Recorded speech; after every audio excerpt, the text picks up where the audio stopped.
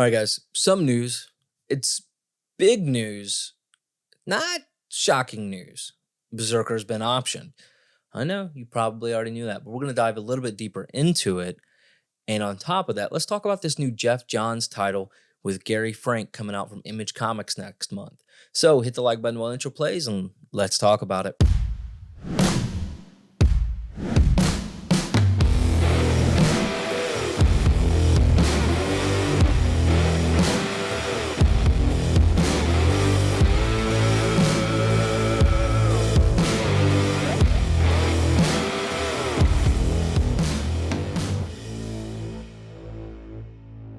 All right, so I was scrolling through again this morning, checking out some news. Obviously, Brzrkr news has come out about a day ago at the time of recording this.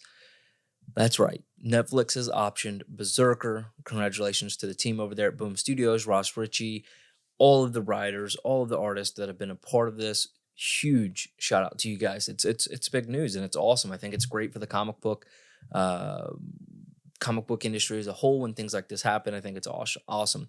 So let's talk a little bit about that before we get into the Geoff Johns book. So Netflix, we knew it was going to happen. I mean, Boom Studios has the first look. It's Keanu Reeves. It's big money. So what it's going to do is it's going to be doing a full film for the Brzrkr title, and I believe that's supposed to follow basically issues 1 through 12. But then we're also going to get the animated series from Netflix that's going to explore, kind of expand on that Brzrkr universe. So that's pretty neat there. Keanu Reeves will be starring in both. Boom Studios teams will be executive producing on that, like Ross Ritchie. I did not see any of the writers on there as producers other than Keanu. So I wish, somebody like Matt would have been able to be a part of that to kind of help protect the work he's put into it. I think it's better when the creative teams have that opportunity to be producers on their IP, or at least, their writing of the book to help kind of protect it a little bit. So, like Kanto having David and Drew on there, I think is a wonderful thing, but it is what it is. So I'm really interested to see how the animation style turns out, if they're going to do something like Godzilla or maybe something a little more Americanized. But regardless, I think it's going to be really cool. And again, huge shout out to Boom Studios and team. Now, next on kind of the topic, Geoff Johns, Gary Frank, their new title, Geiger, hitting stores April 7th. I actually didn't even realize this was coming out from Image until I was scrolling through and saw an interview. So I didn't know if you guys had known about it. And I wanted to talk a little bit about kind of the book and kind of some information that came through the interview with Screen Rant here. So Geoff Johns, again, Gary Frank, known from Doomsday Clock. And that's Doomsday Clock.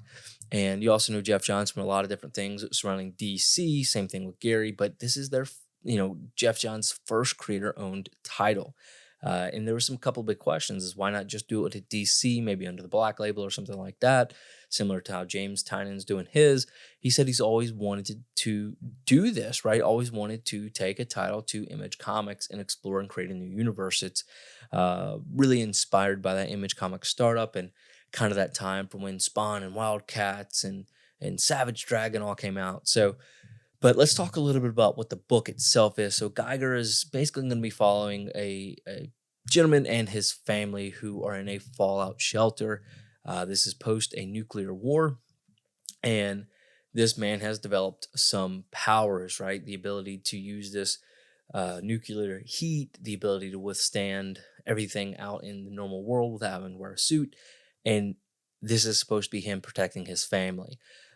So they takes place in the fallout shelter in the desert, and then outside of that is a dystopian Las Vegas city where it's warlords, crime lords, mob bosses, whatever you want to call them. It's sounding very interesting to me. It seems to be very trendy, these post-apocalyptic type stories. But I really love these types of concepts. I mean, because what would happen? What would life be like? And now you're kind of dropping some superhero themes into it. So I think that's pretty neat. But it was just interesting to see how Geoff Johns had come through when they kind of started talking about this, the backstory behind it. A lot of this started coming after Doomsday Clock was kind of slowing down a little bit.